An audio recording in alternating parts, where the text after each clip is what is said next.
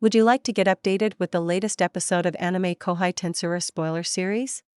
It's episode number 533, volume 18, chapter 4, part 6, entitled, Internal Struggles and Unexpected Allies Emerge Amidst the Battle. Support the channel and get access to both Tensura and solo leveling episodes, totaling 5 episodes each week from Monday to Friday. Check out her Patreon page if you get a chance. What's up guys, welcome to AnimeKouhai. If you'd like to help me out, please hit the like button and subscribe to my channel. However, there was another even more powerful skill he possessed, known as Future Vision, Laplace's ultimate trump card. This skill granted him a glimpse into the future, allowing him to anticipate his opponent's moves and plan his strategies accordingly. Thanks to this ability, he was always one step ahead in combat, never caught off guard. Combined with his exceptional physical prowess, combat instincts, and numerous attacking techniques, Laplace was virtually unbeatable. Although he held the position of vice-chairman in the moderate clown troupe, he excelled far beyond the chairman, Kigali, in terms of combat prowess. Consequently, Laplace had maintained an undefeated streak ever since becoming a Majin. Even fleeing was a strategic move in his arsenal, making it a rare occasion for him to accept defeat. Yet, despite his formidable skills, Laplace found himself yielding to a young boy named Yuuki Kagurazaka. But that was in the past. Footman, Tier, assist Leon and deal with those troublemakers. That was Kigali's directive. Cornered with no escape route, Laplace had no choice but to counterattack. Facing two opponents of equal or greater strength, he braced himself for the impending clash. In reality, the most formidable foe was likely the boss, as Kigali, despite her strengths, was not adept in close combat. Having known Kigali for a long time, Laplace understood the complexity of their dynamic. He knew Kigali inside and out, aware of her strengths and weaknesses.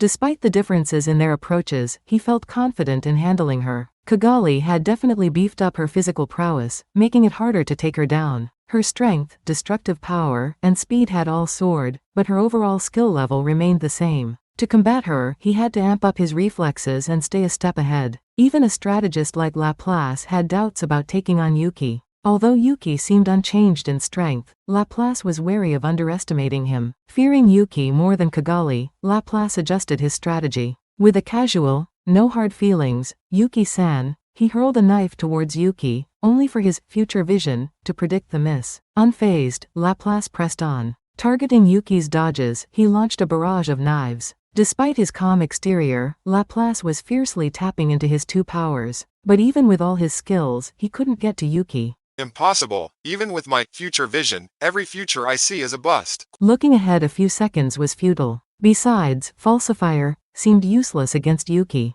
Laplace had faced defeat at Yuuki's hands before, and winning this time would be a tough feat. Yet, giving up wasn't an option for Laplace. If he were quick to admit defeat, he wouldn't have ventured into such perilous territory in the first place. Laplace had always believed in Yuuki's grand ambitions. Boss, you were the one who said it. You vowed to conquer the world. Laplace, you're so naive. Still holding onto that dream? Absolutely. I'm tenacious. I'll only give up when I'm dead, so as long as I'm alive, I'll believe in you. Yuuki chuckled at Laplace's unwavering faith. You're a joke, Laplace. Just because you're a clown doesn't mean you can't have a good laugh. With a patronizing tone, Yuuki advanced towards Laplace. As they closed in, Kigali paused her golden destruction ray from the ruined scepter. Laplace was undeterred by Yuuki's attack, trying his best to defend against it. Wow, that punch packs a punch. Is this guy even human? The variety of otherworldly beings out there is unnerving. Despite that, something was bothering him. Although Yuuki's assault appeared brutal at first glance, the strikes were just slightly missing their mark. It wasn't Laplace's doing. Yuuki had intended for this to happen. In that moment, Laplace had an epiphany. Huh? Hold on. Could this signal mean? He recalled the subtle vibrations he had sensed when blocking blows from Clayman. It was a secret code known only to those he trusted. In essence. Okay, let me think. Hurry up and catch on, dummy. Work together with me once you realize it, was it? Oh, really? Despite his skepticism, Laplace doubted that this was a trap. Even without Yuuki's elaborate plan, Laplace would have eventually lost. So he followed Yuuki's instructions and attempted to cooperate. I'm stronger than you. Let's put that to the test. And just like that, he was swiftly overpowered and thrown to the ground. It was all for real. Rather than a trap, it was a method to convey a message for what lay ahead. As he writhed in pain, or was it real agony, on the ground, Laplace decoded the message. The brief but intense fight provided him with valuable insights into Yuuki's current position. Boss, you're back on track. In this dire circumstance, it was a glimmer of hope. Laplace, masking his delight, delved into the information before him. So, what's the plan? Are we going to continue pretending to clash and hold back the chairman? If you're entrusting the rest to me, does that mean the boss has a strategy? All right, let's go for it. Without any hesitation, Laplace sprang into action. Feigning an attack on Yuuki, he swiftly seized Kigali instead. Okay, now it's time for skill steal. What in the? Kigali dropped to her knees. Laplace caught her before she fell. Are you all right, Chairman? Huh, Laplace? What about me? Wait, no way. My skill, Domination King Melchizedek, is gone. Initially puzzled, Kigali quickly caught on to the situation. Retreat, Tier, Footman. Her command to protect herself was commendable. Despite her surprise, Kigali understood deep down that the situation had taken an unexpected turn. Sylvia, locked in combat with Leon, was facing a tough challenge. Leon, her former student, possessed a talent that Sylvia couldn't deny. Even after becoming part of the Spirit of Light and emerging as a chosen hero, his swordsmanship rivaled Sylvia's own. Now equipped with the formidable Purity King Metatron ultimate skill, Leon stood as an unrivaled swordsman among demon lords. When Leon unleashed his light speed slash, his sword strike gleamed like a burst of light, even though it didn't truly reach light speed. This move, enhanced by the power of Purity King Metatron, became even more devastating. It was the pinnacle of holy power. This extraordinary ability granted control over the most potent holy magic, disintegration, turning Leon into a destructive force through the Purity King Metatron, disintegrating anything his blade touched. With his lightning-fast swordplay and destructive power combined, Leon remained undefeated. Sylvia, however, was no pushover. Her Thunder King Indra skill allowed her to harness the might of lightning, the most potent force in nature. While her lightning strikes packed a punch, the true essence of Thunder King Indra was her ability to transform into a lightning bolt herself, enabling divine speed assaults. Renowned as the Thunder Emperor for ages, Sylvia managed to hold her own against Leon's assaults with her versatile Vajra and swordplay. Despite maintaining her status as a skilled master, Sylvia couldn't shake off a sense of unease. I knew you had potential, but I didn't anticipate such rapid growth. It's gratifying to see my students flourish, but the timing and circumstances matter too. Those were her innermost thoughts. Her apprehension stemmed from the feeling that Leon hadn't revealed his full potential yet. As Sylvia's master, she was aware of Leon's vulnerability. Leon's innocence often held him back. In the presence of allies, he would hold back in combat, displaying kindness that was commendable in normal circumstances but a liability on the battlefield. The concept of the chosen hero whose desire to protect became power was more suited to fairy tales. In reality, it was considered overly idealistic. Sylvia was cognizant of these truths. Sylvia was privy to the fact that the city they resided in was founded by orphans and downtrodden Majins rescued by Leon. While Elmesia offered financial backing, it was Sylvia who played a pivotal role in establishing the city. Despite being misunderstood due to his deceptive behavior, Leon's true nature was that of a compassionate individual. When a girl named Shizu lost control and made a grave sacrifice, Leon blamed himself for the tragedy. He entrusted her to the care of the chosen hero at that time, believing that a human upbringing would be preferable to being raised by a demon lord like himself. Sylvia was aware of his vigilance over the girl and was the first to uncover the existence of demon lord Rimuru. By chance, Ellen and the others had crossed paths with the girl, Shizu Izawa. Sylvia, however, intensified her surveillance through Elmesia's connections, surpassing even demon lord Leon's scrutiny. Despite feeling frustration at the numerous misunderstandings and the awkwardness of her apprentice, she refrained from unnecessary interference, deeming it unwise due to Leon's unfortunate history.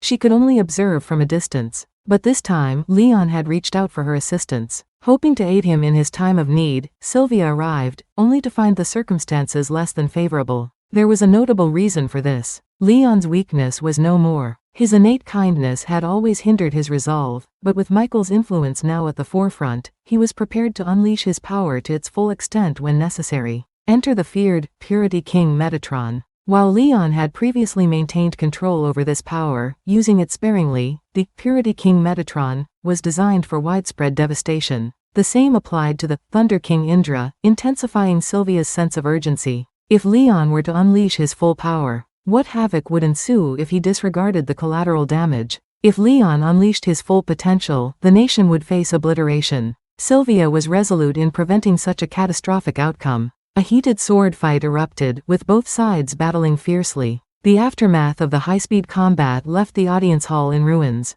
To make matters worse, the magic transfer circle had been obliterated. Despite being crafted from magisteel and known for its durability, Leon's wayward bullets had managed to shatter it. Now rendered unusable, the circle meant escape was impossible for Sylvia and Bard Rimuru and the others from joining them. Feeling a sense of regret, Sylvia knew she couldn't face Leon while trying to protect something, so she gave up. Both Alrose and Claude were unable to assist Sylvia in her predicament. Man, that battle is intense. I can barely keep up. Who do you think has the upper hand? Don't worry, I know it sounds odd, but I'm in the same boat, Claude. Thought I could match up with the real Leon Sama, but looks like I underestimated him.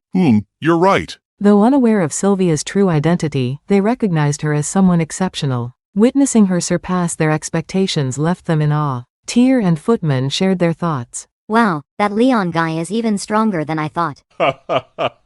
Can't even imagine trying to intervene in that clash. So, what should we do? Yeah, let's go after the minions instead. With a nod, the two shifted their focus to Alrose and Claude. Looks like they've targeted us. Even if it's just us, let's prove our worth as knights. It's risky, but it's our only option right now. Determined, Alrose and Claude faced their fate. As esteemed leaders and trainers of the Magic Knights, they had chosen where they would meet their end. While their lives hung in the balance, a voice suddenly broke through. Fall back, Tyr, Footman. Just in time, Kigali regained her senses, saving Alrose and Claude from imminent danger. Feldway found himself in a state of bewilderment. An extraordinary event had unfolded right before his very eyes. For thousands upon thousands of years, his meticulously laid plans had always gone according to plan without a hitch. However, in recent times, everything seemed to be unraveling before his very eyes. It all began with Cornu's grave mistake. The unimaginable loss of the army was a colossal blow. The underworld gate leading to the mysterious realm had been sealed shut, with many details still shrouded in mystery. That's it for this video, guys. Thank you for always watching my videos and supporting my channel. A big thanks to the AnimeKouhai patrons who made this video possible.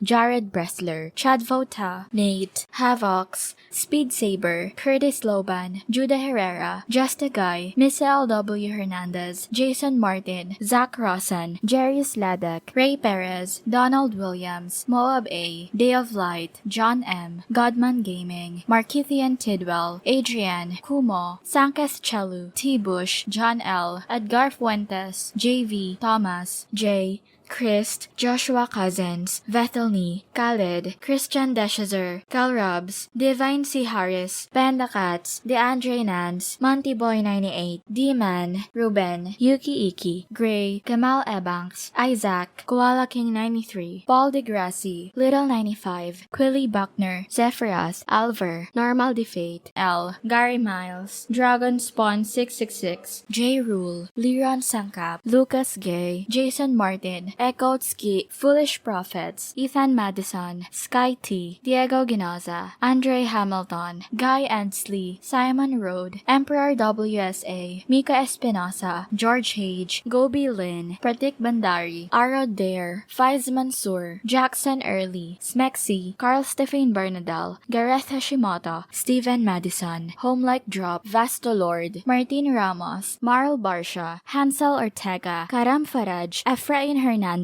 Luca Gaming WTF, William Locke, Jordan Mersha, Kamal Luke, Spencer Candila, Ian Sekibuyol, Putate, Thanakorn Lee Sawat, Lamar, KACP9R, Tony, The Harv, Mike Roch, Matthew Abraham, Drayden Yamauchi. Thank you so much for helping out. I'll see you guys in the next video.